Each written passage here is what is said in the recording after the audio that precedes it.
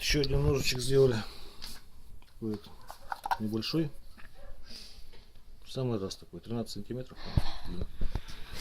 Покажу так. Значит, можно вот так вот заходит, не упадает сам. Поправить надо вот так вот. Провилочка небольшая, то есть плоскостью всей прижимаете, чтобы не гулял. И с обратной стороны кожу просто.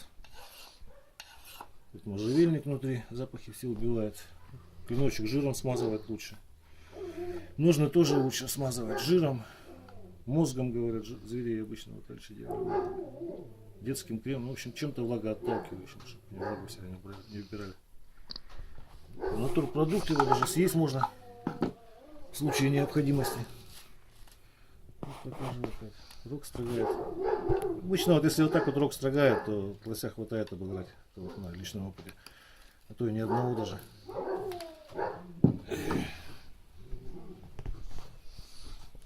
Ложечку покажу.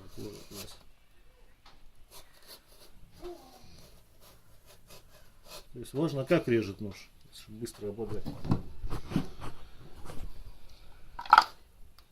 Ну, по газетке еще проверим. Металл 9 ХС.